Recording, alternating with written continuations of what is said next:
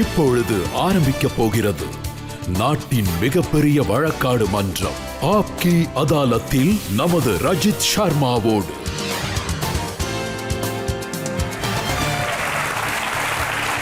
வணக்கம். தேங்க்யூ.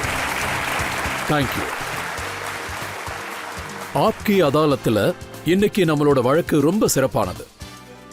நம்மளோட கெஸ்ட் எப்படிப்பட்ட ஒரு நபர்னா, அவரு பஹல்காமுடைய துக்கத்துக்குரிய அட்டாக் அப்புறம் உலகம் முழுக்க பாகிஸ்தானை எக்ஸ்போஸ் பண்ணாரு. அவரு ஆபரேஷன் சிந்தூருக்கு அப்புறம் இந்தியன் ராணுவத்தோட வீரம் அப்புறம் வெற்றியோட கதைய உலகம் முழுக்க சொல்லியிருக்காரு. Please welcome leader barrister mister Asaduddin Owaisi.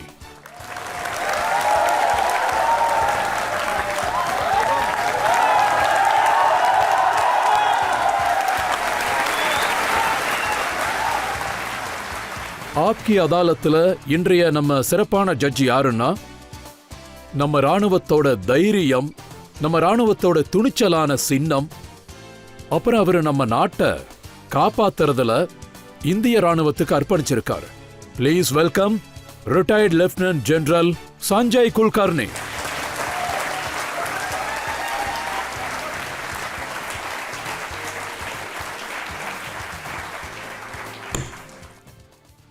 நீதிமன்றத்தின் வழக்க ஆரம்பிக்கலாம்.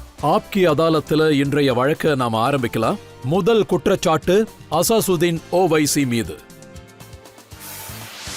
ஆப்கி அதாலத்தில் AIMII சீஃப் அசாசுதீன் ஓவைசி மீதுள்ள குற்றச்சாட்டு என்னவென்றால், இவருடைய லாயல்ட்டியை நிரூபிக்க முயற்சி பண்ணிட்டு இருக்காரு. ஓவைசி சார், இது என்னுடைய குற்றச்சாட்டு இல்ல, பாகிஸ்தானோட குற்றச்சாட்டு. பாகிஸ்தானோட மீடியால பாகிஸ்தானோட ஆட்சியாளர்கள் என்ன சொல்றாங்கன்னா, ஓவைசி சார் இந்திய நாட்டுல இருக்கிற ஒவ்வொருத்தர்கிட்ட என்ன சொல்றாருன்னா, அவருடைய நாட்டு பற்ற நிரூபிக்கணும், அவரோட லாயல்ட்டியை நிரூபிக்கணும், அதனாலதான் அவர் வேணும்னே பாகிஸ்தானுக்கு எதிராக பேசிட்டு இருக்காருன்னு சொல்றாங்க. ஒரு கவிஞர் ரொம்ப அழகா சொல்லியிருக்கிறாரு, दिल से निकलेगी ना मरकर भी वतन की उल्फत, मेरी मिट्टी से भी खुशबू वफा आएगी.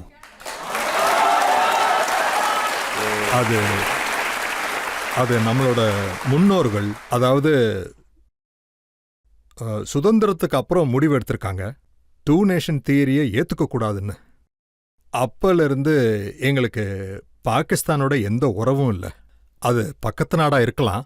என்னை பொறுத்த வரைக்கும் பாகிஸ்தான் ஒரு ஃபெயில்டு ஸ்டேட். அப்புறம் எப்பவும் அப்படித்தான் இருக்கும். இந்தியாவுக்கு எப்பவும் ஆபத்து. பாகிஸ்தானோட டீப் ஸ்டேட், அப்புறம் மிலிட்டரி டெரரிஸ்ட் குரூப், அதனால தான் இந்த முழு விஷயத்தை கவரப் பண்றதுக்காக பாகிஸ்தான் வேற வழி இல்லாம இஸ்லாமியத்தை பயன்படுத்திக்குது. அது முழுக்க முழுக்க தப்பு. ஓவைசி சார், அவங்க குறிப்பிட்டு ஜின்னாவை பத்தி என்ன சொல்றாங்கன்னா, எந்த முஸ்லிம்ஸ் இந்தியாவிலேயே இருந்துடுறாங்களோ அவங்க வாழ்க்கை முழுக்க விசுவாசத்தை ப்ரூவ் பண்ண வேண்டி வரும். அப்புறம் எப்பவும் பாகிஸ்தானுக்கு பகைவர்களா இருந்துடுறாங்க. மிஸ்டர் ஜின்னா இந்த மாதிரி ஒரு ஸ்டேட்மெண்ட்டை கொடுக்கவே இல்லை. அவங்களா சொல்லிக்கிறாங்க, அது வேற விஷயம். பாகிஸ்தான்ல ஒரு பெரிய கவிஞர் இருக்காரு, ஹபீப் ஜாலிப். அவர் பாகிஸ்தானை பத்தி என்ன சொன்னார்னா, मोहब्बत गोलियों से बो रहे हैं, मोहब्बत गोलियों से बो रहे हैं, वतन का चेहरा खून से धो रहे हैं, गुमान तुमको के रास्ता कट रहा है, यकीन मुझको के मंजिल खो रहे हैं. ஸோ இது ஹபீப் ஜாலிப் அப்ப பாகிஸ்தானை பத்தி சொன்னாரு. அது இன்னைக்கு வரைக்கும் பொருந்தும். ப்ராப்ளம் என்னன்னா, என்கிட்ட பாகிஸ்தான் என்ன சொல்றாங்கன்னு பாத்தீங்கன்னா, நான் முஸ்லிம் இல்லைன்னு. அப்புறம் பாத்தீங்கன்னா நம்ம நாட்டில் சங் குடும்பத்தை சேர்ந்தவங்க என்ன சொல்றாங்கன்னா, நான் சரியான இந்தியன் கிடையாது. இப்போ சொல்லுங்க, நான் எங்க போய் சர்டிபிகேட் வாங்குறது? சோ அத பத்தி எனக்கு கவலை இல்லை. நான் எங்க இல்ல, அவங்க என்ன சொல்றாங்கன்னா, நீங்க முஸ்லிம்னு சொல்றாங்க, அதாவது இஸ்லாமிய நம்பிக்கை கொண்டவர். ஆனா நீங்க இஸ்லாமிய நாட்டுக்கு எதிராக குரல் கொடுத்திருக்கீங்க. அது இஸ்லாமிய நாடே கிடையாது. 75,000 பங்காளியர்களை கொண்டிருக்கீங்க.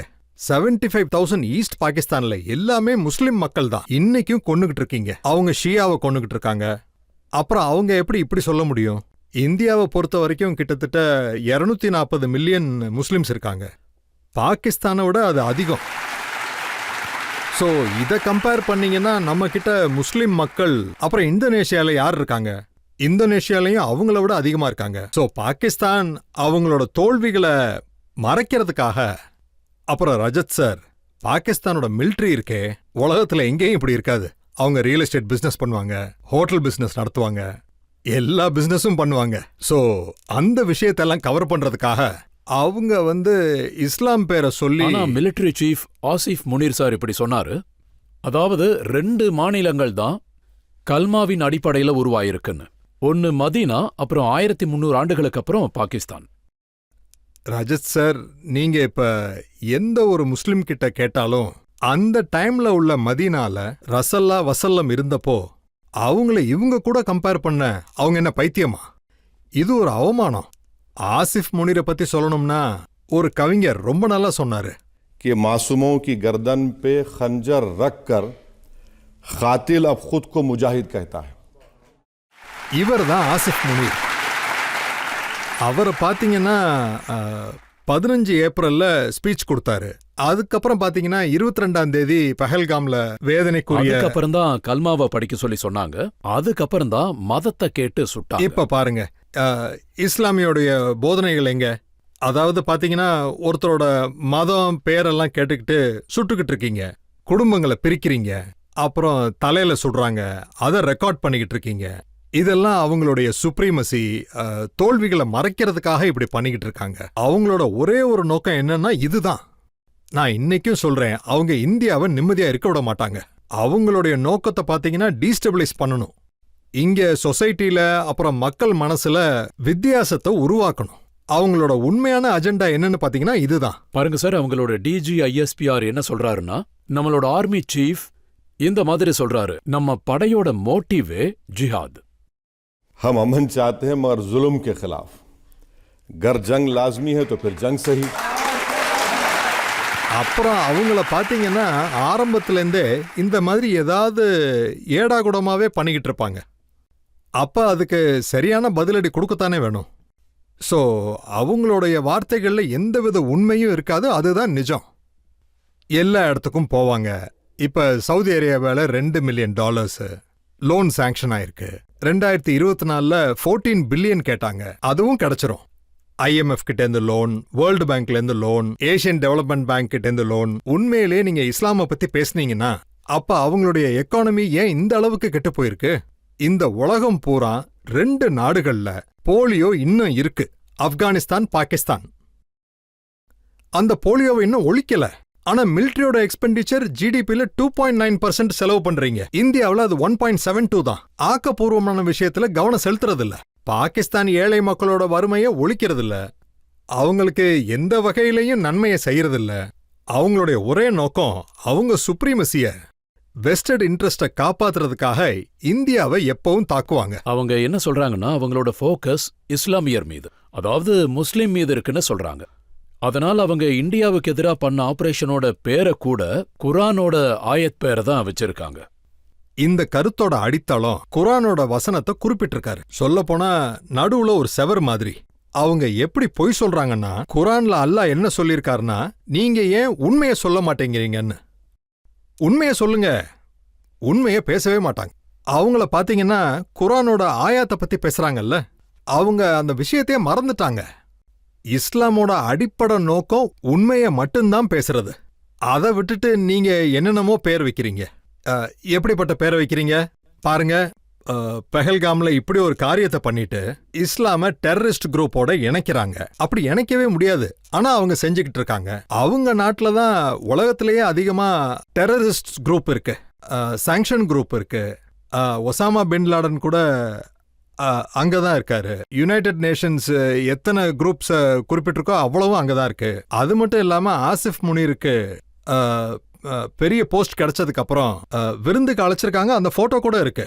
யுனைடெட் நேஷன்ஸ் குறிப்பிட்ட ஒரு டெரரிஸ்ட் நம்ம 9 இடங்கள்ல அடிச்சிருக்கோம், லக்ஷரோட ஹெட் குவார்ட்டர்ஸ்ல. சோ பாத்தீங்கன்னா அங்க உள்ள ஒரு டெரரிஸ்ட் அமெரிக்காவோட லிஸ்ட்ல இருக்கிறாரு. சோ அவங்க எந்த இஸ்லாம பத்தி பேசிட்டு அவங்க என்ன இருக்காங்க? சொல்றாங்கன்னா, நம்ம டெரரிஸ்டோட இருப்பிடத்தை அழிக்கல, மசூதிகளை அழிச்சிருக்கோம்னு சொல்றாங்க. சோ பாருங்க, 9 இடங்கள் அது யுனைடெட் நேஷன்ஸோடைய பிரிஸ்கிரைப்ட் லிஸ்ட்ல இருந்தது. அது அவங்களோட ஹெட் ஆபீஸ். அங்க தாக்குதல் நடந்துச்சு. பாகிஸ்தானோட மிலிட்டரி அடிக்கல, சிவிலியன்ஸையும் அடிக்கல.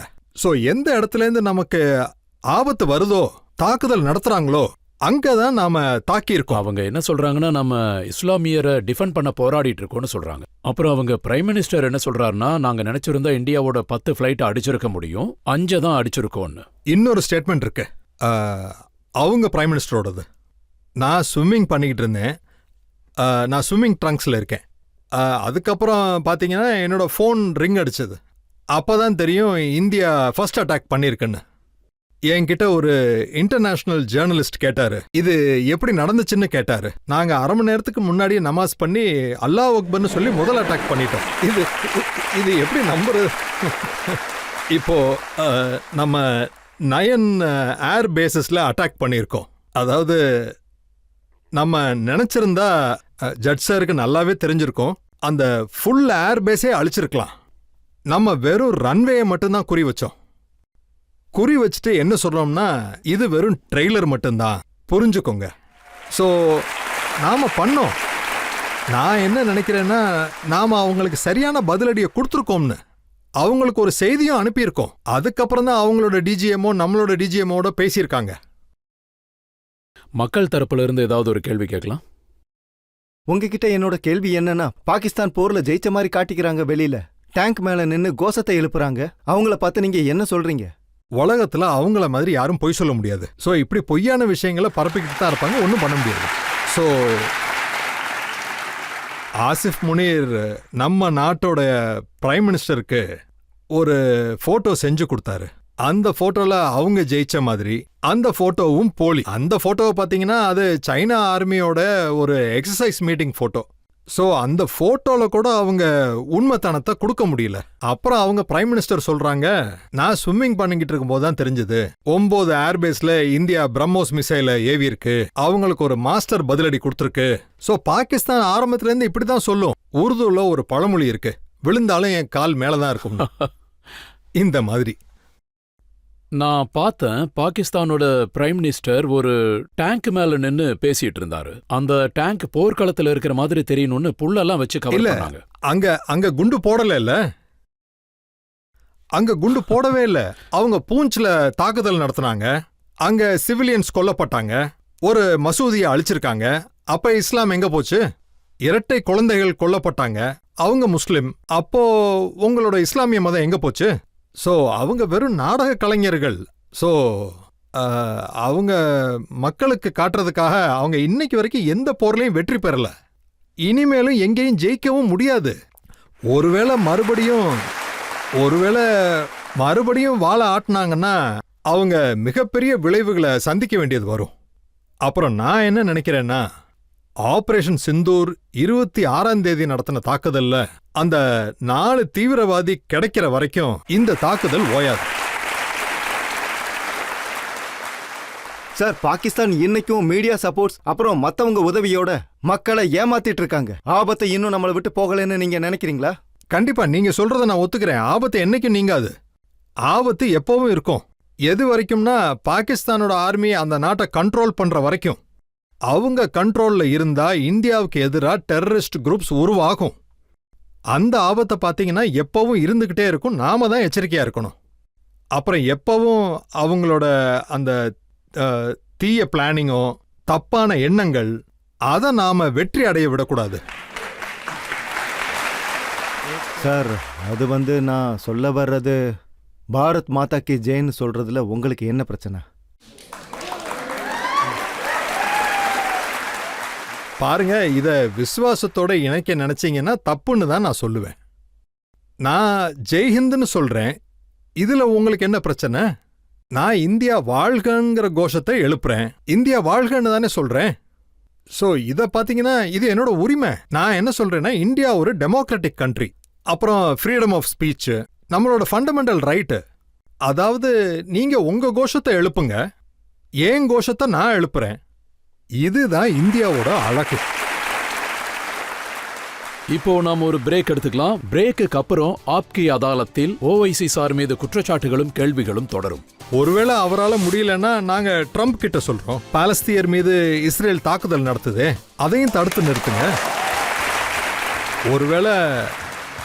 ஒருவேளை உங்களுக்கு இவ்வளவு பவர் இருந்துச்சுன்னா இஸ்ரேல் ஈரான் வார நிறுத்துங்க, யுக்ரைன் ரஷ்யா வார நிறுத்துங்க. வெல்கம் பேக் ஆப்கி அதாலத்தில். இன்னைக்கு நம்மளுடைய விருந்தாளி AIMIF இன் சீஃப் அசாசுதீன் ஓவைசி. ஆப்கி அதாலத்தில் அடுத்த குற்றச்சாட்டு. ஆப்கி அதாலத்தில் AIMII சீஃப் அசாசுதீன் ஓவைசி மீதுள்ள குற்றச்சாட்டு என்னவென்றால், இவரு தலைகுனிகர் அரசாங்கத்தின் துணையாயிருக்காரு. இப்ப பாத்தீங்கன்னா மீடியால நிறைய விஷயங்கள் பேசிட்டு இருக்காங்க. டொனால்ட் ட்ரம்ப் இருக்காரு. அவர் 16 முறை சொல்லிட்டாரு, நான் இந்தியாவை பயமுறுத்தின, தடுத்தேன், அப்புறம் ட்ரேட் டீல் வச்சு மிரட்டுன, அதனாலதான் இந்தியா வார நிறுத்திச்சுன்னு சொல்றாரு. முதல் விஷயம், டொனால்ட் ட்ரம்ப்புக்கு அறிவில்லை. ஸோ நான் இத்தனை நாளா எச்சரிக்கையா பொறுமையா பேசிக்கிட்டு வந்தேன். ஏன்னா நமக்கு யூஎஸோட ஒரு நல்ல ரிலேஷன்ஷிப் இருக்கு. ஆனா அவங்க பாட்டுக்கு வாய்க்கு வந்ததெல்லாம் உளர்னாங்கன்னா, அப்புறம் பிரைம் மினிஸ்டர் கூட அவர் கூட 1/2 மணி நேரம் டெலிஃபோன்ல பேசியிருக்கிறாரு. ஃபாரின் செக்ரட்டரியோட வீடியோ வந்தது.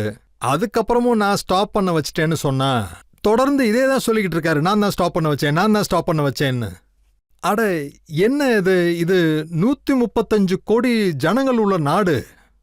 யாராவது நம்ம கிட்ட வந்து சொல்ல முடியுமா, நான் தான் எடுத்தேன்னு? எங்க வந்து நிப்பாட்டினீங்க? ட்ரேட் டீல வச்சு ட்ரேட் டீல்னா என்ன? உங்களுக்கும் நன்மை இருக்கணும், எல்லாத்துக்கும் நன்மை இருக்கணும். அதுதான். இந்தியாவுக்குள்ள நடக்கிற ட்ரேட் பாத்தீங்கன்னா பாகிஸ்தானை விட பல மடங்கு அதிகம். சோ ட்ரேட் டீல வச்சு எந்த கவர்மெண்ட்டும் இந்த மாதிரி டீல் பண்ண முடியாது, நடக்கவும் நடக்காது. நாம எதுக்கு ஆங்கிலேயர்கிட்ட இருந்து சுதந்திரம் வாங்கணும்? நம்ம சுதந்திரமா இருக்க நம்ம பிரச்சனைகளுக்கு நாமளே முடிவெடுப்போம். இதெல்லாம் என்ன சொல்றது?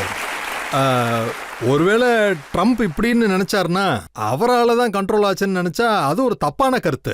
பாகிஸ்தானோட யூஎஸ் ட்ரேட் வெறும் $4 பில்லியன். இந்தியாவோட அமெரிக்கா வச்சிருக்க ட்ரேட் $180 பில்லியன். ஒருவேளை பைலாட்டரல் ட்ரீட்டி நடந்துச்சுன்னா, பைலாட்டரல் ட்ரீட்டில $500 பில்லியன் வாய்ப்பு இருக்கு. அமெரிக்காவுக்கு $5 பில்லியன் வேணுமா இல்ல $500 பில்லியன் வேணுமா? ஆனா ஒண்ணு மட்டும் உண்மையா தெரியுது, அவங்களுக்குள்ள ஏதோ ஒரு கிரிப்டோ கனெக்ஷன் இருக்கிற மாதிரி இருக்கு. அதனாலதான் அவங்க வாய்க்கு வந்ததை பேசுறாங்க. நான் என்ன நினைக்கிறேன்னா, நாம ஃபயரிங்க ஸ்டாப் பண்ணப்போ சஜஷன் கொடுத்தாங்க. என்னோட கம்ப்ளைண்ட் என்னன்னா, நம்ம நாட்டோட பிரதம மந்திரியோட இல்ல நாட்டோட அரசாங்கத்துக்கு இன்ஃபார்ம் பண்ணணும். அதாவது இப்படி ட்ரம்ப் மூலியமா உலகம் பூரா தெரியக்கூடாது.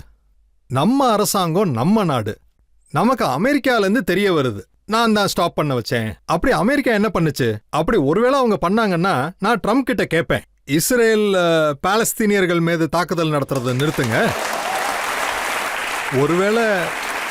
ஒருவேளை அவங்களுக்கு தைரியம் இருந்துச்சுன்னா இஸ்ரேல் ஈரான் போற நிறுத்துங்களேன், உக்ரைன் ரஷ்யா போற நிறுத்துங்களேன்.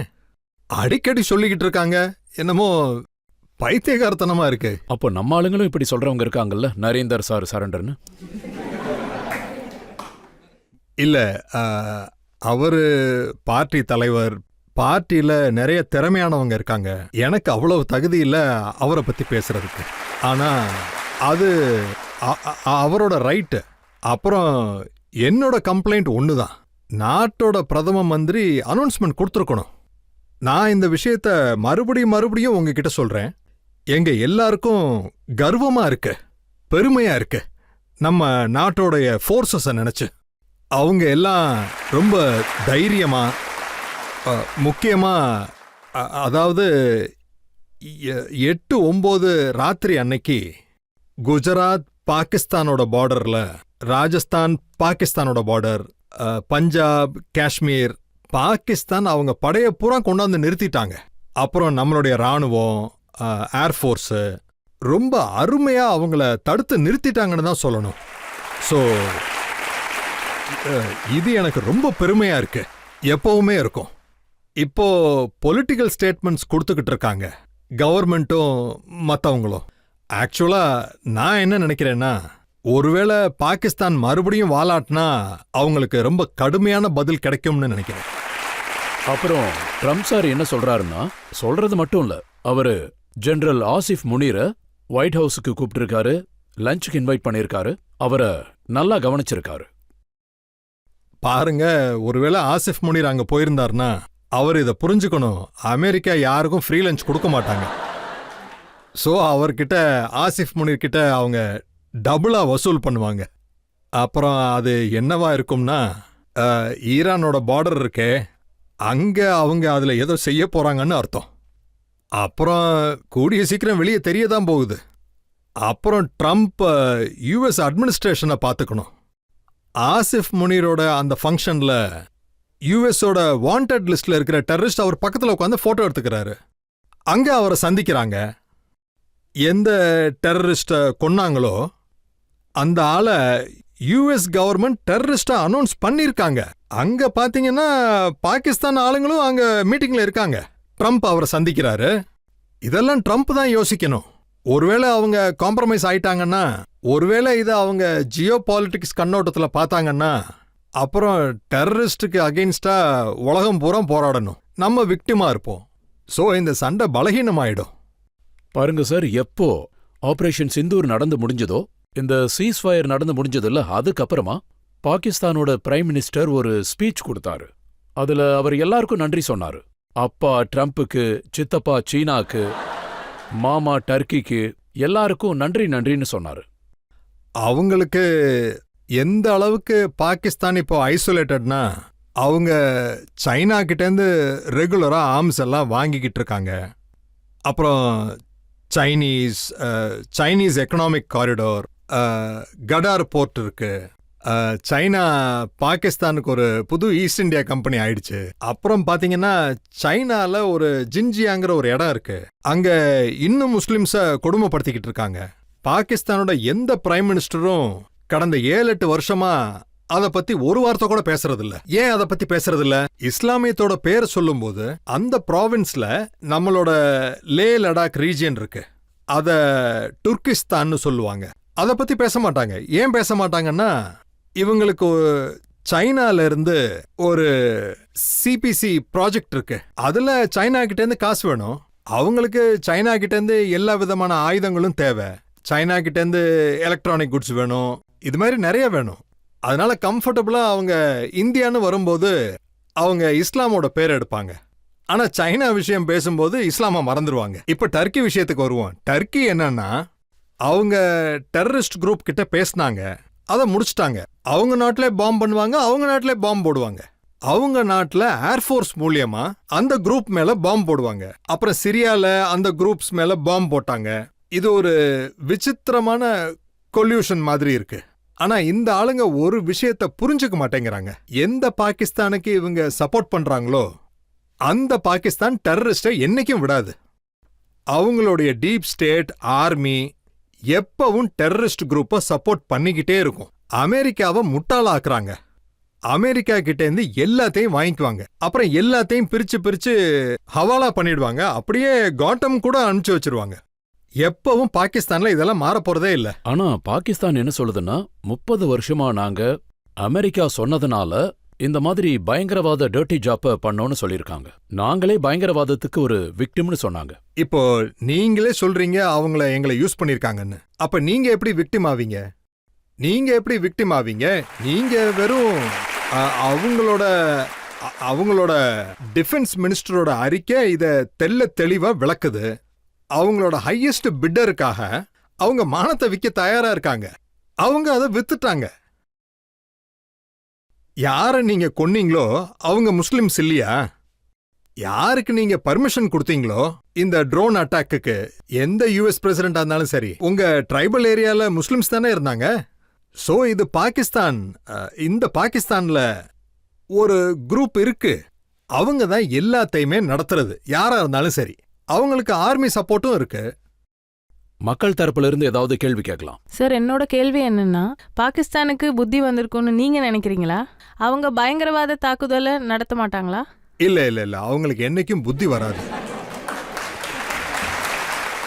பாகிஸ்தானுடைய ஆர்மி அவங்களுடைய நாட்டை எது வரைக்கும் கண்ட்ரோல் பண்ணிக்கிட்டு இருக்குமோ, அப்புறம் அங்க இருக்கிற டெரரிஸ்ட் குரூப்ஸுக்கு அடைக்கலம் கொடுக்குமோ, அது வரைக்கும் திருந்த போறதில்ல. அங்க பாத்தீங்கன்னா ஹஃபீஸ் சையத், மசூத் அசர், லக்வி இவங்க எல்லாரும் ரோட்ல சாதாரணமா நடமாட ஆரம்பிச்சுட்டாங்க. அவங்க மறுபடியும் அவங்க வேலையை ஆரம்பிச்சுட்டாங்க. அப்புறம் எப்படி அவங்க திருந்துவாங்க? எப்படி அவங்கள சரி பண்ண முடியும்? இவங்களுக்கு முன்னாடியவே FATF-ஓட கிரிலீஸ்மனை திருப்பி கூட்டிகிட்டு வரணும். ஃபைனான்சியல் ஆக்ஷன் டாஸ்க் ஃபோர்ஸ் வந்தா அவங்களுக்கு எவ்வளவு காசு, IMF-ல இருந்து இல்ல மற்ற கண்ட்ரீஸ்லேருந்து வருதோ அதுல ஒரு ரெகுலேஷன் இருக்கும், மானிட்டரிங் இருக்கும். ரெண்டாவது விஷயம் என்னன்னா, டெரரிசமுக்காக எங்கெங்க காசு போகுது அதெல்லாம் இல்லீகலா தான் போகுது. 2018லேருந்து 20 வரைக்கும் பாகிஸ்தான் FTFல இருந்தது. அப்பதான் மும்பையோட 9/11 ட்ரையல் ஸ்டார்ட் ஆச்சு. சாஜித் மீர்னு ஒருத்தர் இருந்தாரு, அவரை பாகிஸ்தான் இறந்ததா அறிவிச்சிட்டாங்க. பாகிஸ்தானோட பேரு FATFக்கு வந்ததும் உடனே பாகிஸ்தான் சொல்லிட்டாங்க அவங்க உயிரோட தான் இருக்காங்க. இறந்தவங்கள சட்டுன்னு உயிரோட வர வச்சுட்டாங்க. அப்புறம் கோர்ட்ல கூட தண்டனை கொடுத்தாங்க. ஸோ FATF இருக்க வேண்டியது ரொம்ப அவசியம். கான்ஸ்டன்டா நம்ம விஜிலண்டா இருக்க வேண்டியது அவசியம். ரொம்ப முக்கியமான விஷயம், பாகிஸ்தான் இந்த நாட்டில் டீஸ்டெபிளைஸ் பண்றதுக்கு ஒரே ஒரு விஷயம் பண்ண விரும்புது. இங்க பிரிவினைவாதம் அதிகரிக்கணும், கம்யூனலிசம் அதிகரிக்கணும். ஒருவேளை நம்ம கம்யூனலிசத்தை அழிச்சிட்டோம்னா, இல்ல குறைஞ்சபட்சம் அதை கண்ட்ரோல் பண்ணிட்டோம்னா பாகிஸ்தானுக்கு மிகப்பெரிய தோல்வியா இருக்கும். இப்ப நீங்க என்ன சொல்ல வரீங்கன்னா, எந்த வித்தியாசங்கள் நம்ம நாட்டு மக்களுக்கு இடையில இருக்கோ, அப்புறம் வெறுப்ப பரப்புறவங்களால கூட பாகிஸ்தானோட தைரியம் அதிகரிக்குது. இல்ல, இந்த ஸ்டேட்மெண்ட் பாகிஸ்தான் ஃபாரின் செக்ரட்டரி சொன்னது. பாகிஸ்தான் இங்க வந்து டீஸ்டெபிளைஸ் பண்ண விரும்புதுன்னு, ஹிந்து முஸ்லிம் மக்களோட வெறுப்பை என்கரேஜ் பண்ணி. ஸோ இது அவங்களோட முயற்சியா இருக்கலாம். பெஹல்காமுக்கு அப்புறம் அவங்களோட நோக்கம் இது ஒண்ணுதான். இந்தியாவில் மிகப்பெரிய கம்யூனல் ரைட்ஸ் நடக்கணும். நான் நம்ம நாட்டு மக்களுக்கு சல்யூட் பண்றேன். ஆனா ஒரு சில இடத்துல கலவரம் நடந்துச்சு. ஆனா நம்ம பாகிஸ்தானை அவங்களோட தீய பிளான வெற்றி அடையாம நாம தடுத்து நிறுத்திட்டோம். ஆனா அந்த கிரெடிட் எந்த கவர்மெண்ட்டுக்கும் சேராது. அது மக்களை சார்ந்த வெற்றியா வேற யாருக்கும் கிடையாது. இன்னொரு பிரேக் எடுத்துக்கலாம். பிரேக் அப்புறம் ஆப்கி அதாலத்தில் அசசுதீன் ஓவைசி மீது கேள்விகளும் குற்றச்சாட்டுகளும் தொடரும். கேள்வி என்னன்னா, பிலாவல் பூட்டோ அவங்க தாயோட கொலகாரங்களை மறந்துட்டாரு. இன்னைக்கு பிலாவல் பூட்டோ எல்லா விஷயத்தையும் மறந்துட்டாரு. யாரு எல்லாத்தையும் மறக்கறாங்களோ ஒன்னு ஞாபகம் வச்சுக்கோங்க, அவர் பழையபடி விக்டிம் ஆயிடுவாரு.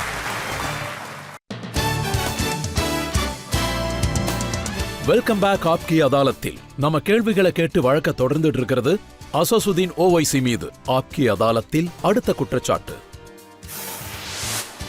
ஆப்கி அதாலத்தில் AIMII சீஃப் அசாசுதீன் ஓவைசி மீதுள்ள குற்றச்சாட்டு என்னவென்றால், இவரு பின்னாடி இருந்து தாக்குதல் நடத்துறவங்களுக்கு சப்போர்ட் பண்ணிட்டு இருக்காரு. இந்த குற்றச்சாட்டும் பாகிஸ்தானோடது. இப்போ சசி தருண் அவருடைய டெலிகேஷன் முடிஞ்சதுக்கு அப்புறம் நீங்க டெலிகேஷன் எடுத்துக்கிட்டு சவுதி அரேபியாவுக்கு போனீங்க. அதுக்கப்புறம் பாகிஸ்தான் பிலாவர் புட்டோவை அனுப்புனாங்க. அப்புறம் பிலாவல் புட்டோ என்ன சொன்னாருன்னா, அர்த்தராத்திரியில தாக்குதல் நடத்தினாங்கன்னு. அர்த்தராத்திரியில திருடர்கள் தான் தாக்குதல் நடத்துவாங்க, தைரியம் இருந்தா பகல்ல தாக்குதல் நடத்த சொல்லுங்கன்னு சொன்னாரு. பகல்லையும் நடந்துச்சுல்ல. செகண்ட் டைம் நடந்தப்போ பாத்தீங்கல்ல. செகண்ட் டைம் தாக்குதல் நடந்தப்போ பட்ட பகல்ல தானே நடந்துச்சு. அது எல்லாருக்கும் தெரியும். கேள்வி என்னன்னா, பிலாவல் பூட்டோ தன் தாயோட கொலகாரங்களை மறந்துட்டாரு. பிலாவல் பூட்டோ ஒரு மகனா இருக்கிறதால அவர் இதை ஞாபகம் வச்சுக்கணும். அவரோட தாய டெரரிஸ்ட் கொன்றிருக்காங்க. அப்புறம் அவர் தாயை கொல்லும்போது 135 பேர் கூட இறந்திருக்காங்க. அப்புறம் யுனைடெட் நேஷன்ஸ் ஒரு இன்வெஸ்டிகேட்டிங் ஏஜென்சி அனுப்புனாங்க. அவங்க எல்லாம் டிப்ளமேட்ஸ். அவங்க என்ன சொன்னாங்கன்னா, பாகிஸ்தானோட இன்வெஸ்டிகேட்டிங் ஏஜென்சிஸ் ஷேடோ இன்வெஸ்டிகேஷன் தான் நடத்தினாங்க. கொலை நடந்த இடத்த தண்ணியால கழுவிட்டாங்க. சீன் ஆஃப் அஃபென்ஸை ப்ரொடெக்ட் பண்ணல. ஸோ பிலாவல் பூட்டோ இதையும் மறந்துட்டாரு. அவரோட தாத்தாவை யாரு தூக்குல ஏத்துனாங்களோ அதுவும் அந்த பாகிஸ்தான் ஆர்மி தான். இன்னைக்கு பிலாவல் பூட்டோ எல்லா விஷயத்தையும் மறந்துட்டாரு. யார் எல்லாத்தையும் மறக்கறாங்களோ ஒன்னு ஞாபகம் வச்சுக்கோங்க, அவங்க மறுபடியும் விக்டிம் ஆயிடுவாங்க. அப்புறம் இப்ப அவங்க என்ன சொல்றாங்கன்னா, ஒருவேளை எங்களோட தண்ணிய நிறுத்தினீங்கன்னா, அப்புறம் வாட்டர் டிடிய ரிவைவ் பண்ணலனா உலகத்திலேயே முதல் நியூக்ளியர் வார் நடக்கும்னு சொல்லியிருக்காரு. இங்க பாருங்க, இந்தியாவில் ஒரு அருமையான பாலிசி இருக்கு, நோ ஃபர்ஸ்ட் யூஸ்ங்கிற பாலிசி. நீங்க யூஸ் பண்ணா ஸோ ஆப்வியஸ்லி இந்தியாவும் யூஸ் பண்ணணும். இப்ப அவங்க அர்த்தம் இல்லாம உளறிக்கிட்டு இருக்காங்க. ஒருவேளை தண்ணி பிரைம் மினிஸ்டர் கவர்மெண்ட் எல்லாமே சொல்றாங்க தண்ணி கொடுத்துக்கிட்டு தான் இருக்காங்க. தண்ணியோட ட்ரீட்டியை ஹோல்டு பண்ணி வச்சிருக்கோம், அது இன்னும் முடியல. தண்ணி இன்னைக்கும் போய்கிட்டு தான் இருக்கு. நாம எங்க வச்சுக்குவோம்? தண்ணி இன்னைக்கும் போய்கிட்டு இருக்கு. ஆனா நாம இதை கண்ட்ரோல் பண்ணிக்கிட்டு இருக்கோம். ஆனா தண்ணி விவசாய நேரத்துல இது கிடைக்காதுன்னு சொல்லி, ஏன்னா இந்தியாவில் அவங்க கடந்த 20 வருஷமா நம்ம தண்ணியை வச்சு அவங்க விவசாயம் பண்ணிக்கிட்டு இருக்காங்க. ஒருவேளை அவங்க விவசாயிகளுக்கு தண்ணி வேணும்னா அப்ப அவங்க இந்தியாவுக்கு அனுப்புற பயங்கரவாதத்தை முடிச்சாகணும். தண்ணி இன்னைக்கும் போய்கிட்டு தான் இருக்கு. நாம அதை கண்ட்ரோல் பண்றோம். சோ அவங்க நாம இப்படி பண்றோம்னு சொன்னாக்க பிலாவல் பூட்டோ இந்த மாதிரி குழந்தைத்தனமா பேசாம இருக்கணும். அவங்க பார்த்துட்டாங்க, இந்தியாவோட சக்தியை உணர்ந்துட்டாங்க. அப்புறம் யாரும் இந்த நாட்டுல விஷயம் என்னன்னா, யாராவது நம்ம நாட்டுக்குள்ள பயங்கரவாதத்தை பண்ணாங்கன்னா எந்த கவர்மெண்ட் இருந்தாலும் சரி, இன்னைக்கு மோடி இருக்காரு நாளைக்கு இருக்க மாட்டாரு. ஆனா ஒரு விஷயம் உருவாயிடுச்சுன்னா அவங்க இப்போ ஒரு விஷயத்தை உருவாக்கிட்டாங்க. அத அடுத்த அரசாங்கமும் கடைப்பிடிச்சு தான் ஆகணும். இதே 3வது தடவை அல்லது 4வது தடவை ஆச்சுன்னா என்ன ஆகும்? இதை அவங்க புரிஞ்சுக்கணும். எங்க வேணாலும் நடக்கலாம், எங்க வேணும்னாலும் நடக்க முடியும். இப்ப பாத்தீங்கன்னா நாங்க ரன்வேயை மட்டும்தான் தாக்கியிருக்கோம். ஒருவேளை உங்க ஏர்பேஸ கூட அழிக்கலாம், ஒருவேளை உங்க பங்கர்களை கூட அழிக்கலாம், ஒருவேளை அவங்க இந்தியாவோட டேம்ஸ் இல்ல தண்ணிங்கிற பேர்ல ஏதாவது பண்ணாங்கன்னா நாம என்ன வளையலா போட்டிருக்கோம்? நம்மளோட மிகச்சிறந்த தைரியமான படைகளை எதுக்கு நிறுத்தி வச்சிருக்கோம்? சும்மா காட்டுறதுக்காகவா? நாம இத்தனை ஆயுதங்களை வாங்கிக்கிட்டு இருக்கோம்னா எதுக்காக? நம்ம நாட்டோட பாதுகாப்புக்காகத்தானே. ஒருவேளை அவங்க இந்த மாதிரி உளறிக்கிட்டு இருந்தாங்கன்னா எது 7வது 8வது நாள் அல்லது 9வது 10வது நாள் நடந்துச்சோ அதை அவங்க ஞாபகம் வச்சுக்கணும்.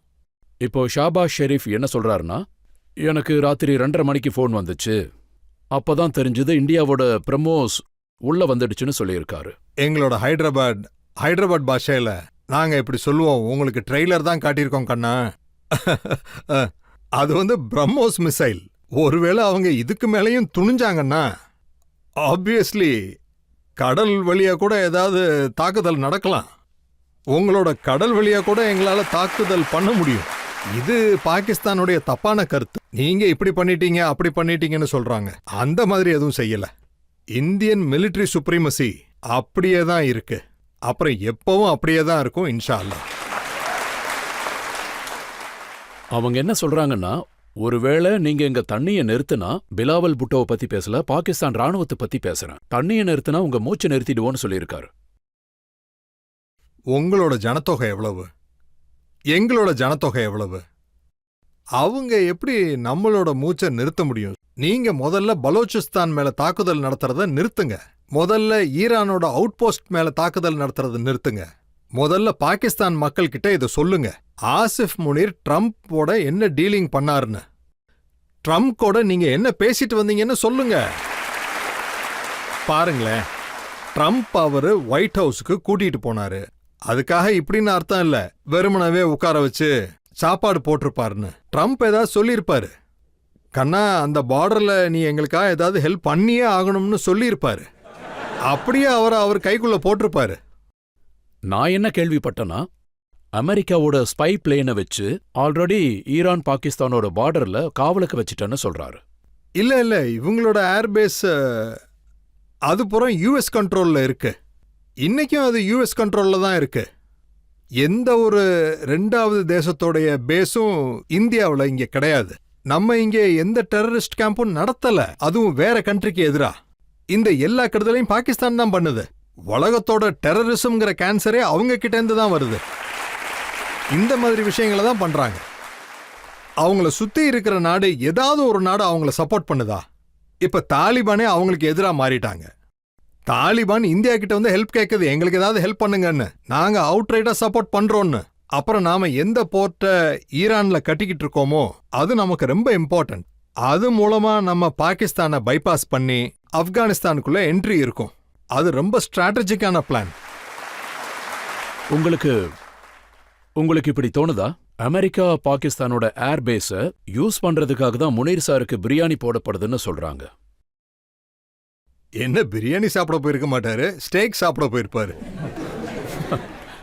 அவரு சாப்பிட்டிருப்பாரு, கண்டிப்பா சாப்பிட்டிருப்பாரு. அதுல சந்தேகமே வேண்டாம். கண்டிப்பா இருக்கலாம். நம்ம இந்த மாதிரி சொல்ல முடியாது. ஆசிஃப் முனீர் அவரு நோபல் பிரைஸ் கொடுக்கறதுக்காக ஒன்னும் அவர் கூப்பிட்டிருக்க மாட்டாரு. இல்ல, இதுல கண்டிப்பா வேற ஏதோ விஷயம் இருக்கு. கண்டிப்பா அது வெளியே வரத்தான் போகுது, 1 வாரமோ 10 நாள்லயோ. OIC sir, Osama bin Laden எங்க ஒளிஞ்சிருந்தாருன்னு டொனால்ட் ட்ரம்ப்புக்கு நல்லாவே தெரியும். அப்புறம் அவருக்கு இதுவும் தெரியும், ஆபீஸ் சையத் எங்க ஒளிஞ்சிருக்காருன்னு. இவங்க எல்லாரும் அமெரிக்காவோட டெரரிஸ்ட் லிஸ்ட்ல இருக்காங்க. இதுக்கப்புறமும் கூட பாகிஸ்தான் மேல இவ்வளவு அன்பு எதுக்காக?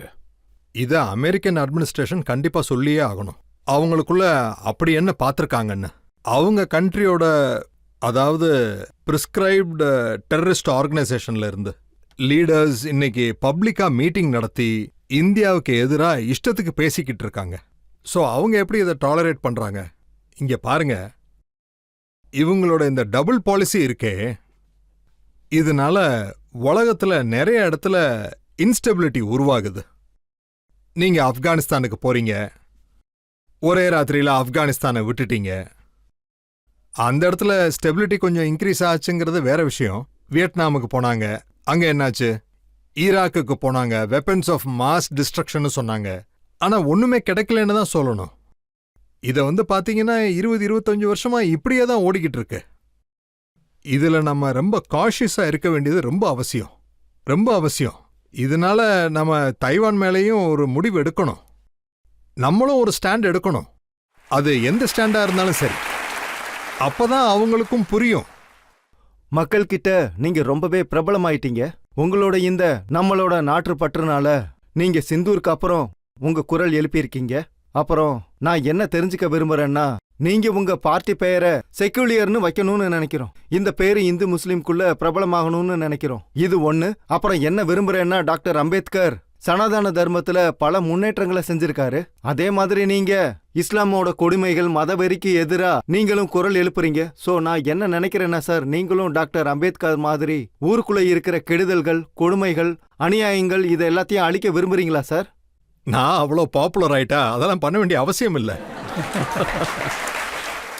அவங்க என்ன சொல்ல வராங்கன்னா, இப்போ நீங்களும் உங்களோட பார்ட்டியும் இந்தியா முழுக்க அக்செப்டபிள்னு. நான் என்னெல்லாம் சொன்னேனோ அதுல ஏதாவது பொலிட்டிக்கலோ அல்லது அப்ஜெக்டிவோ அல்லது வெற்றி அடைகிறதுக்கோ இல்ல. நான் சொன்னதெல்லாம் என் பொலிட்டிக்கல் பார்ட்டியோடைய இன்ட்ரெஸ்ட் எல்லாம் பக்கத்துல வச்சுக்கிட்டு தான் சொல்லியிருக்கேன். ஏன்னா நான் எலெக்ஷன்ல போட்டியிடுறதுக்கு இதெல்லாம் சொல்ல வேண்டிய அவசியம் இல்ல. பெஹல்காம்ல இறந்தவங்கள வச்சு அரசியல் பண்ண வேண்டிய அவசியம் என்ன இருக்கு? நீங்களே சொல்லுங்க. பெஹல்காம்ல நாம எல்லாரும் என்ன எல்லாம் பார்த்தோமோ அதை நீங்களும் பார்த்திருப்பீங்க. அது ஒரு வேதனைக்குரிய விஷயம். யாரையெல்லாம் சுட்டு கொன்னாங்களோ அவங்க இப்ப உலகத்துல இல்ல. யார உயிரோட விட்டுட்டு போனாங்களோ அவங்களோட நிலைமை இப்ப என்ன? அவங்களோட பசங்க, அவங்களோட தாய்மார்கள், அவங்க வாழ்க்கை பூரா இந்த துக்கத்தை சுமந்துக்கிட்டே தான் இருக்கணும், அவங்க உயிரோட இருக்கிற வரைக்கும். ஸோ இது பார்ட்டியோட விஷயம்னா அது ஒரு பெரிய ஆர்குமெண்ட். அகாலி தள் இருக்கு, சிவசேனா இப்ப 2 ஆயிடுச்சு. அதை இப்ப என்னன்னு சொல்றது? இப்போ இன்னொரு பிரேக் எடுத்துக்கலாம். பிரேக் அப்புறம் ஆப்கி அதாலத்தில் ஓவைசி சார் மீது கேள்விகளும் குற்றச்சாட்டுகளும் தொடரும். நாங்க பிஜேபியை ரெப்ரசன்ட் பண்ணல, நாங்க நாட்டை ரெப்ரசன்ட் பண்ண போனோம். இப்போ விஷயம் பிஜேபி சம்பந்தப்பட்டதா இருந்தா கடலோட 2 கரையும் ஒண்ணா ஆக முடியாது. என்னால இவ்வளவுதான் சொல்ல முடியும்.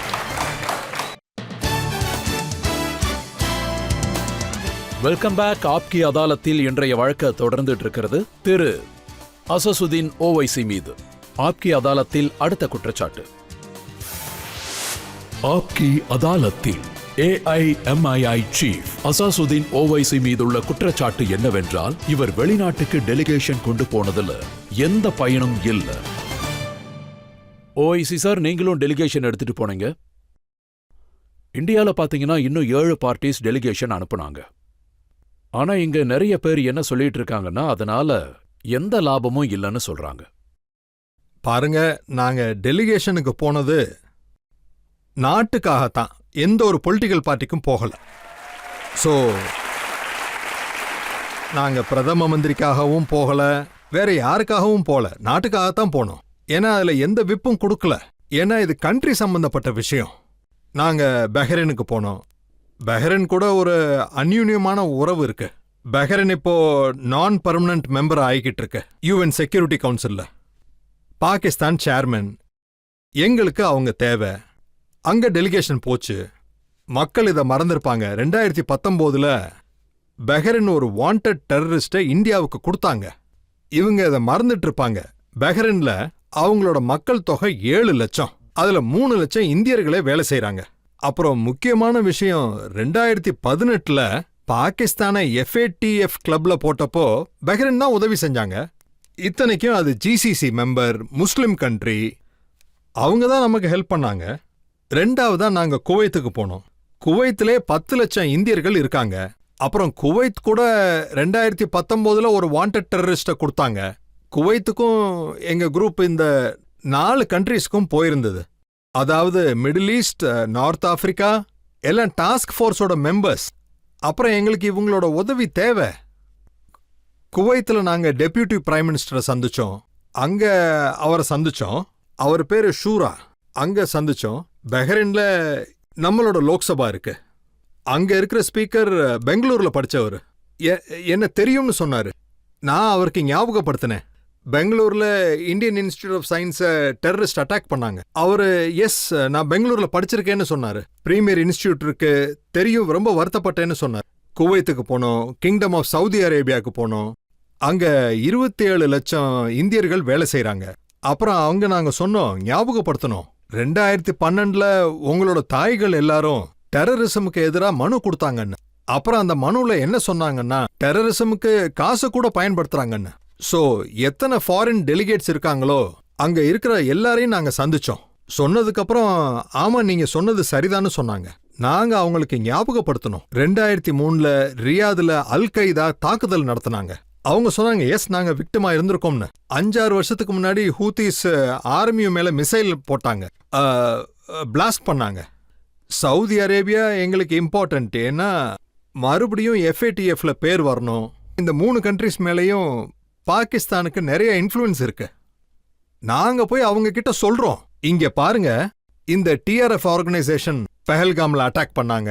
இந்த LET பாகிஸ்தானோட ஸ்பான்சர்ட் டெரரிசம். நீங்களும் டெரரிஸ்டுக்கு விக்டிமா இருந்திருக்கீங்க. அல் கைதா ரூபத்துல இருக்கட்டும், இல்ல தாயிஷ் ரூபத்துல இருக்கட்டும், பாகிஸ்தான் டெரரிசம் மேல இவங்களோட ஐடியாலஜி அதே ஃபவுண்டேஷன் லெவல்ல தான் இருக்கு. சோ நாங்க போய் புரிய வச்சோம். பாருங்க, டிப்ளமசிங்கிறது ஒரு நாள் வேலை இல்ல. கோழியை உட்கார வச்சதும் முட்டை போட்டுரும் வெற்றி கிடைச்சிரும்னு. இது அந்த மாதிரி வேலை இல்லையே. இந்த விஷயத்த பாத்தீங்கன்னா நாங்க கண்டினியூஸா பண்ணி ஆகணும். நான் என்ன கேள்விப்பட்டேன்னா, நீங்க நிறைய கஷ்டங்களை எதிர்கொண்டிருக்கீங்கன்னு. சவுதி அரேபியா, பாகிஸ்தான் கூட உங்களுக்கு பிரஷர் கொடுத்துச்சுன்னு கேள்விப்பட்டேன். ஆமா, நாங்க அவங்க MOS ஃபாரின் அஃபேர்ஸ் கூட 2 மணி நேரம் பேச்சுவார்த்தை நடந்துச்சு, 2 hours. அப்புறம் நான் ஒரு விஷயம் சொல்ல விரும்புறேன். ஜெய் பாண்டா எங்க திறமைகளை ரொம்ப பிரமாதமா ரசிச்சாரு. அதுக்கப்புறம் நாங்களும் கலந்துக்கிட்டோம். மற்ற டெலிகேட்ஸ் மெம்பர்ஸ் இருந்தாங்களோ நாங்க அவங்களுக்கு சொன்னோம். அவங்க கேட்டாங்க, நீங்க ஏன் பாகிஸ்தான் கூட பேச மாட்டேங்கிறீங்க? யார் சொன்னா நாங்க பேசுறது இல்லைன்னு? 26/11 அப்போ நாங்க பேசணும். அதுக்கப்புறமா நம்ம இந்தியன் இன்வெஸ்டிகேட்டர்ஸ் போய் பாகிஸ்தான் இன்வெஸ்டிகேட்டிங் ஏஜென்சி கிட்ட போய் DNA சாம்பிள்ஸே கொடுத்தாங்க. அஜ்மல் கசாபோ உயிரோட பிடிச்சோம். அங்க இறந்தவங்களோட DNA சாம்பிள்ஸை எடுத்தோம். அவங்களோட ரெக்கார்டட் கன்ஃபெஷன், வெஸ்டர்ன் இன்டெலிஜென்ஸ் அதை ரெக்கார்ட் பண்ணாங்க. யாரோ பாகிஸ்தான்ல உட்காந்துக்கிட்டு மும்பையோட ஹோட்டல்ல அட்டாக் பண்ணி கொன்னுடுங்கன்னு சொன்னாங்க. நாங்க எல்லா ப்ரூஃபும் அவங்களுக்கு கொடுத்தோம். ஆனா ட்ரையலே நடக்கலையே. அப்புறம் நாங்க அவங்க கிட்ட சொன்னோம், ஜக்கூர் ரஹ்மான பாகிஸ்தான்ல வச்சு அரெஸ்ட் பண்ணீங்க. அவர் ஜெயில இருந்து குழந்தைய பெத்தாரு. இல்ல இது சிரிக்கிற விஷயம் இல்ல, இது சிந்திக்க வேண்டிய விஷயம். டெரரிஸ்ட்ங்கிறது எவ்வளவு கிரேவ் ஆஃபென்ஸ். அப்புறம் அவங்க ஜெயில உட்காந்துக்கிட்டு நாங்க எப்ப பண்ணோம்னு கேக்குறாங்க.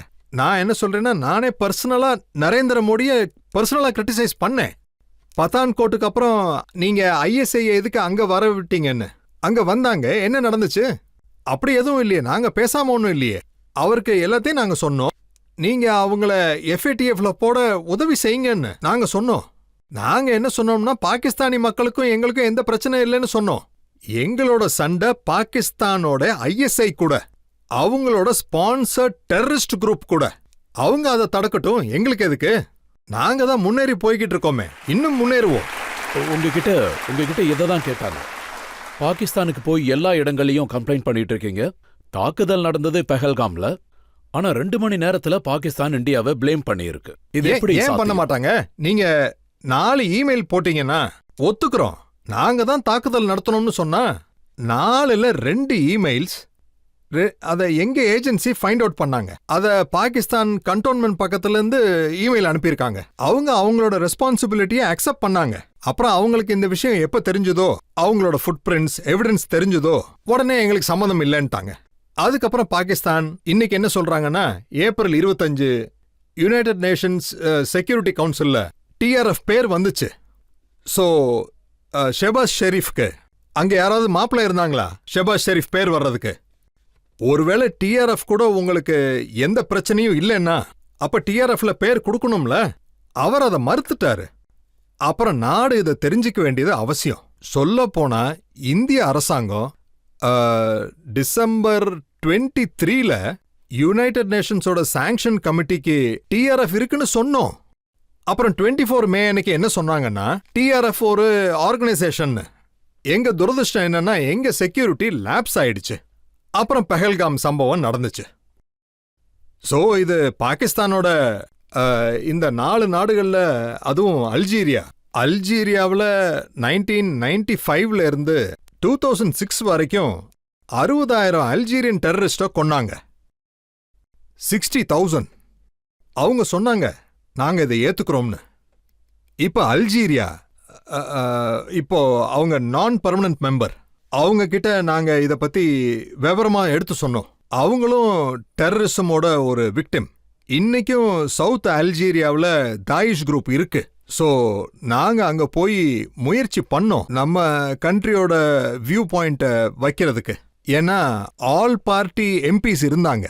எல்லாரும் போய் நாட்டோட யுனைடெட் வியூ பாயிண்ட வைக்கிறதுக்காக. ஸோ டெஃபினட்டா அதோட விளைவு இருக்கும். அதனால என்ன லாபம்? லாபம் இதுதான். அவங்க பாகிஸ்தானோட ஸ்பான்சர்ட் டெரரிசத்தை, பாகிஸ்தான்ல இருந்து இந்த டெரரிசத்துக்கு காசு போகுது. இந்தியாவோட இதுல என்ன பெரிய லாபம்னா, நாங்க யுனைடடா சொல்லியிருக்கோம் இது நாட்டோடைய பிரச்சனைன்னு. நானே சொன்னேன், நாட்டுக்கு போனா நான் இவங்களோட எல்லாம் பேச மாட்டேன்னு, பிஜேபி மெம்பர்ஸ் கூட. ஆனா இது டெரரிசம் விஷயமா இருக்கிறதுனால நம்மளோட இந்தியன் சிட்டிசன்ஸ பாகிஸ்தான் டெரரிஸ்ட் கொண்டிருக்காங்க. அதனாலதான் நாங்க வந்தோம், ரிக்வெஸ்ட் பண்றோம், நீங்க உங்க குட் ஆபீசர்ஸை யூஸ் பண்ணுங்க. நீங்க FATFல பாகிஸ்தான மறுபடியும் கொண்டு வர்றதுக்கு எங்களுக்கு துணையா இருங்க. ஏன்னா டெரரிசம் இந்தியாவுக்கு மட்டும் இல்ல, டெரரிசம் இந்த உலகத்துக்கே பெரிய சேலஞ்ச். சோ இதனாலதான் நாங்க இந்த விஷயத்தை பத்தி பேசணும். அப்புறம் நாங்க எங்கெல்லாம் போனோமோ அவங்க ரொம்ப பொறுமையா நாங்க சொல்றத எல்லாம் கேட்டாங்க. எங்க கிட்ட கேள்வியும் கேட்டாங்க.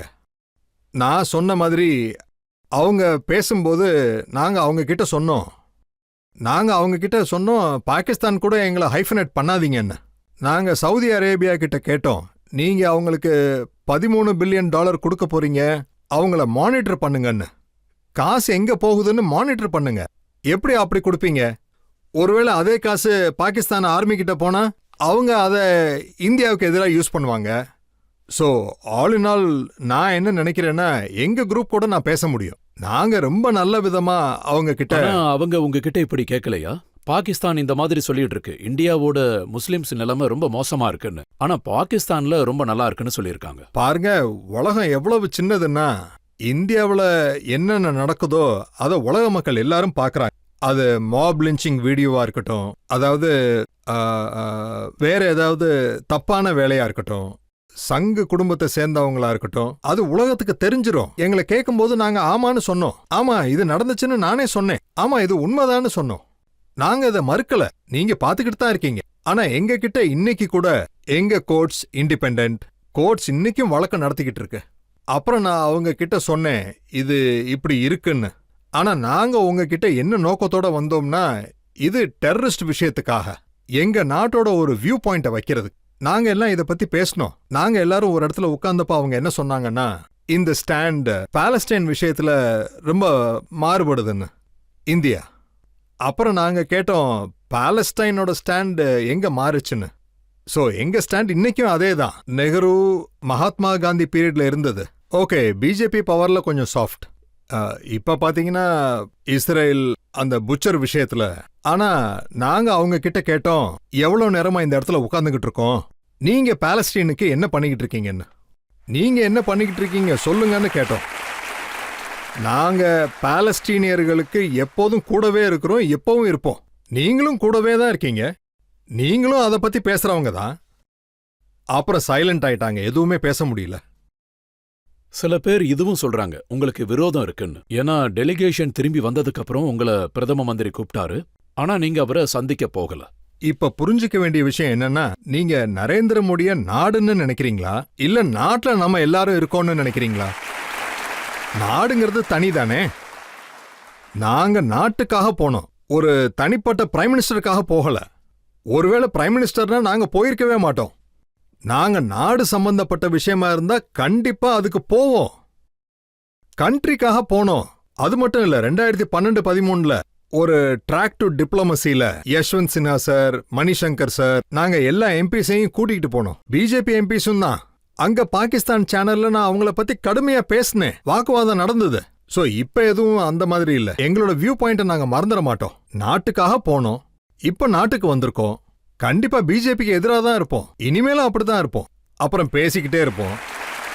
இப்போ காங்கிரஸ் மக்கள் சொல்றாங்க, பயங்கரவாதிங்க எப்படி ஓப்பனா சுத்திட்டு இருக்காங்களோ அதே மாதிரி நம்ம எம்பிஸ் வெவ்வேறு நாடுகள்ல ஓப்பனா சுத்திட்டு இருக்காங்கன்னு சொல்றாங்க. பாருங்க, இந்த அறிக்கை மிஸ்டர் ஜெயராம் ரமேஷ் சார் கொடுத்தாரு. ஓகே, அவருக்கு அவருடைய பார்ட்டிஸோட எம்பி போனது பிடிக்கல போல இருக்கு. ஆனா அவர் இந்த விஷயத்த மறந்துட்டாரு. சுப்ரியா சூலே இந்திய அலையன்ஸ்ல டிஎம்கே எம்பி எங்க தங்கச்சி கனிமொழிக்கு கூட இதுல மிகப்பெரிய பங்கு இருக்கு. அவங்களோட அலையன்ஸ் போச்சு. அப்ப நாங்க என்ன பண்ண முடியும்? சரி, ஒத்துக்கிறோம், நாங்க பாரத்தோட பி டீம். சோ அதுல எங்களுக்கு எந்த பிரச்சனையும் இல்ல. ஆனா இவங்க அலையன்ஸ், அத பத்தி யோசிக்கலாம்ல. இந்த அறிக்கை கொடுக்கறதால என்ன லாபம்? பயங்கரவாதிங்க சுத்திக்கிட்டு இருக்காங்கன்னு நாங்களும் சொல்லிக்கிட்டு இருக்கோம். ஆபரேஷன் சிந்தூர் அந்த 4 பயங்கரவாதிகள் பிடிபடுற வரைக்கும் நாங்களும் விட மாட்டோம். ஆனா உங்க பார்ட்டியோட எம்பிஸ், உங்களோட இந்திய அலையன்ஸ் மக்கள் சேர்மேனா போயிருக்காங்க. அவர் இந்த மாதிரி அறிக்கை விட்டா அது வருத்தத்துக்குரிய விஷயம்தான். ஒரு தலைவர் இதையும் சொல்லியிருக்காரு, மோடிஜி ஒரு டிராவல் ஏஜென்சி ஓபன் பண்ணியிருக்காரு, ஊர் சுத்துறதுக்காக இந்த எம்பிசி எல்லாம் வெவ்வேறு நாடுகளுக்கு அனுப்பியிருக்காங்கன்னு. நெக்ஸ்ட் டைம் யாரு சொன்னாங்களோ அவங்களே சேர்மன் ஆக்கி அனுப்பணும். இல்ல இல்ல இல்ல, கேளுங்க. அப்புறம் எங்களோட ஃப்ளைட்ஸ் எல்லாமே நைட்ல தான். அப்புறம் உங்களுக்கு தெரியும், நைட் ஃப்ளைட்னா தூங்க முடியாது. அப்புறம் மார்னிங் உங்களுக்கு டைம் டிஃபரன்ஸ் இருக்கு. அல்ஜீரியா 4 மணி நேரம் முன்னாடி. நாங்க மத்தியானம் போனா அது ஃப்ரைடே அன்னைக்கு 2 மணிக்கு வாங்க 5 மணிக்கு உங்களுக்கு எம்பசியில் மீட்டிங் இருக்குன்னு சொல்லி கூப்பிட்டாங்க. ஸோ நாங்கள் ஒன்றும் ஊரை சுற்றலை, எப்படி சுற்ற முடியும்? ஒருவேளை ஊரை சுற்றணும்னு சொன்னால் அது மிகப்பெரிய தப்பு. பேசுகிறவங்க பேசிக்கிட்டே தான் இருப்பாங்க. நீங்கள் உங்களோட பொலிட்டிக்கல் டிஃபரன்சஸ் எல்லாம் ஒரு ஓரமாக வைங்க, பேசுங்க. உங்களுக்கு டெமோக்ராட்டிக் ரைட் இருக்குன்னு தெரியும். எங்க குரூப்பை பொறுத்த வரைக்கும் நான் சொல்றேன், நாங்க அங்க ஊரை சுத்தி பார்க்க போகல. அப்புறம் ஒரு வீடியோ காட்டினாங்க, அதுல ஒரு மெம்பர் பாட்டு பாடிட்டு இருந்தாரு. பாருங்க, நான் பாட்டு கேட்கவும் மாட்டேன், அப்புறம் கேட்குற இன்ட்ரெஸ்டும் இல்லை. ஸோ நான் இன்னும் லைட்ரு வேன் நான் என்ன சொல்றேன்னா, கொஞ்சம் நான் சொல்றத கேளுங்க. அல்ஜீரியாவில் பேக்ரவுண்ட் என்னன்னா, அதாவது இந்தியன்ஸ் அங்க எத்தனை பேர் இருக்காங்களோ அவங்கள இந்தியன்ஸ்னு சொல்ல மாட்டாங்க, ஜானேத்தூன்னு சொல்லுவாங்க. எங்களுக்கும் ஒன்றும் புரியல. ஏர்போர்ட்ல ஜானேத்தூன்னு சொன்னாங்க. நாங்க முழிச்சுக்கிட்டு இருக்கோம், ஜானேத்தூன்னா என்னன்னு. அப்பதான் தெரிஞ்சது 1960s அஜ்னபி ஷராஃப் சார், அது வந்து எனக்கு உங்க தெரியும் வாலிப சார். காலத்து அது- படமா இருக்கும். ஆமா சார். சோ அதுல அந்த பிக்சர் ரொம்ப ஃபேமஸ் ஆயிடுச்சு, அந்த பாட்டும் ஃபேமஸ் ஆயிருக்கு. சோ அங்க foreign affairs standing committee chairman அவரு ராத்திரி டின்னருக்கே எங்களுக்கு இன்விடேஷன் கொடுத்தாரு. அன்னைக்கு அவர் ப்ரோக்ராம்ல இல்ல, ஆனா வந்தே ஆகணும்னு சொன்னாரு. அங்க அவர் அந்த படத்தை பத்தி சொன்னாரு. அங்க பிஜேபியோட ஒரு எம்பி என் பக்கத்துல தான் உட்கார்ந்திருந்தாரு. அவரு சொன்னாரு, அது நல்ல பாட்டு, எனக்கு ஞாபகம் இருக்குன்னு சொல்லி திடீர்னு 2-3 லைன்ஸ் பாட ஆரம்பிச்சிட்டாரு. சோ அதை வச்சுதான் பேசிக்கிட்டு இருக்காங்க. அதுல எந்த பிளானும் இல்ல, அதை நாங்க திட்டமிட்டு செய்யல. அப்புறம் அன்பார்ச்சுனேட்லி நாங்க யாரும் வீடியோ எடுக்க வேண்டாம்னு சொன்னோம், எவ்வளவோ சொன்னோம் யாரும் எடுக்கக்கூடாதுன்னு. ஸோ அந்த வீடியோவோட கதை இதுதான். அப்புறம் அந்த மீட்டிங் எப்போ முடிஞ்சது தெரியுமா? டின்னர் மீட்டுக்கு போனது 11:45 வரைக்கும் போய்கிட்டு இருந்தது. அப்புறம் மறுபடியும் காலையில எந்திரிச்சு ஓட வேண்டியது இருந்தது. இந்த மாதிரி வதந்திகள் வந்துகிட்டு தான் இருக்கும், இதை நீங்க நம்ப கூடாது, உண்மையை தெரிஞ்சுக்கணும். இப்போ பப்ளிக்ல இருந்து கேள்வி கேட்கலாம். மோடிஜியோட யாத்திரை 100ல இருந்து கிட்டத்தட்ட 200 வரைக்கும் ஆக போகுது. அந்த யாத்திரையை பாத்தீங்கன்னா அது நம்மளோட நேஷனல் கிரஸ்ட பத்தி இருக்கும். ப்ரையாரிட்டியும் அதுதான். எங்க போனாலும் ப்ரையாரிட்டி ஒருத்தரை சந்திக்கிறது இல்ல, நேஷனல் இன்ட்ரெஸ்டா இருக்கும் சார். ஆனா அதுக்கப்புறமும் பகல்காம் அட்டாக் நடந்தப்போ மறுபடியும் என்ன நடந்துச்சுன்னா ஆரம்பத்துல இருந்து எல்லா விஷயங்களுமே சொல்ல வேண்டியதா இருந்துச்சு. அந்த பயணத்தால எந்த லாபமுமே இல்லையா சார்? அதுதான் என்னோட கேள்வி. எங்க ஃபாரின் அஃபேர்ஸோடைய ஆஃபீஸர்ஸ் ரொம்ப திறமையானவங்க. ஸோ நான் ஜெனரலைஸ் பண்ணி எந்த ஸ்டேட்மெண்ட்டும் கொடுக்க முடியாது. அவரு ரொம்ப நல்லா ஒர்க் பண்ணிக்கிட்டு இருக்காரு. ஒரு விஷயம் ஞாபகம் வச்சுக்குங்க, ஒருவேளை நம்ம நாட்டுல மக்கள் ஸ்ட்ராங்கா இருந்தா நியாயம் நடக்கும். அப்புறம் நமக்கு மிகப்பெரிய ஆபத்துன்னா அது சைனாவால தான். அப்புறம் நம்ம எக்கானமில நாம 10% மேல க்ரோ ஆவோம். ஸோ இதுதான் மிகப்பெரிய சேலஞ்ச். அது உங்களுக்கும் சரி எங்களுக்கும் சரி எல்லாருக்குமே. நாம அந்த வேலையை தான் பார்க்கணும். சார், இப்போ விஷயம் என்னன்னா, நீங்க வெளியே போனப்போ, அதாவது பிஜேபியோட பொலிட்டிக்கல் அது அப்படியே தான் இருக்குமா, இல்ல உங்களோட யோசனை சேஞ்ச் ஆயிடுமா? நாங்க பிஜேபியை ரெப்ரசன்ட் பண்ண போகல. இந்த விஷயத்தை மனசுல இருந்து நீக்கிடுங்க. நாங்க நாட்டை ரெப்ரசன்ட் பண்ண போனோம். இப்போ விஷயம் பிஜேபி சம்பந்தப்பட்டதா இருந்தா, இப்ப சொல்ல போனா எங்கேயுமே கடலுக்கு 2 கரை இருக்க முடியாது. அது என்னைக்கும் ஒண்ணு சேராது. ஓஐசி சார், நாங்க உங்ககிட்ட எல்லா விதமான கேள்விகளும் கேட்டோம். ஆபரேஷன் சிந்தூர், அப்புறம் பெஹல்காம் இன்சிடென்ட்டை பத்தி, பாகிஸ்தானை பத்தி எல்லா கேள்விகளுக்கும் நீங்க ஓப்பனா பதில் சொன்னீங்க. இப்போ ஒரு பிரேக் எடுத்துக்கலாம். பிரேக் அப்புறம் கேள்விகள் தொடரும். ஆப்கி அதாலத்துல இன்றைய judge retired lieutenant general Sanjay குல்கர்னியோட தீர்ப்பு என்னங்கிறத பார்க்கலாம்.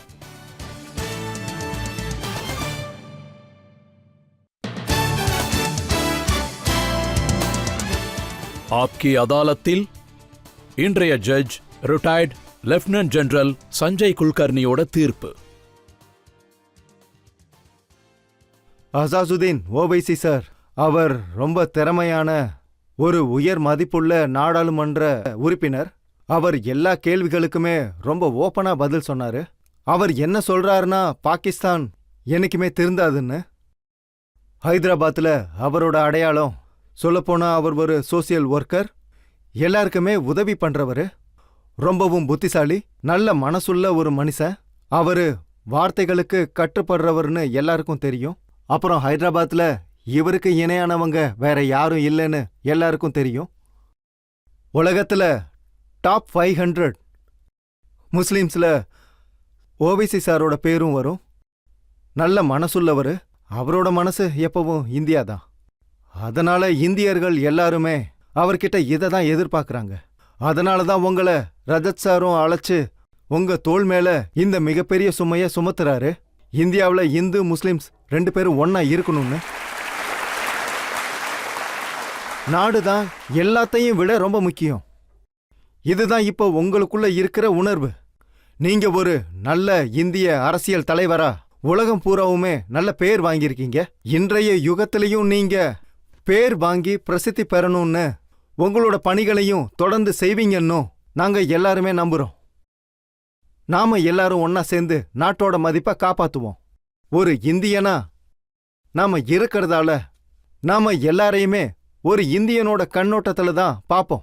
நாங்க இப்போ என்ன விரும்புறோம்னா, நீங்க இதே இமேஜோட உங்க பிரசங்கத்துல மக்களை மகிழ்விக்கணும்னு நாங்க ஆசைப்படுறோம்.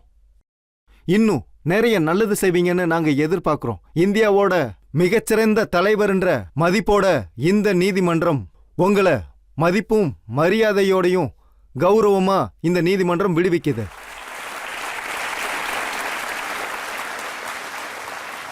அசாசுதீன் ஓவைசி அவர்கள் இதே மாதிரி அரசியல்ல முன்னேறி நாட்டின் குரலை உலகம் முழுக்க கொண்டு போய் சேர்ப்பாருன்னு நம்புறோம். பாகிஸ்தானோட செயல்களை எக்ஸ்போஸ் பண்ணிட்டு இருப்பாருங்கிற நம்பிக்கையோட இன்றைய ஷோவை இதோட முடிச்சுக்கலாம். அடுத்த வாரம் உங்களை இன்னொரு புது கெஸ்டோட சந்திக்கிறோம். அது வரைக்கும் என்னுடைய அன்பான வணக்கங்கள்.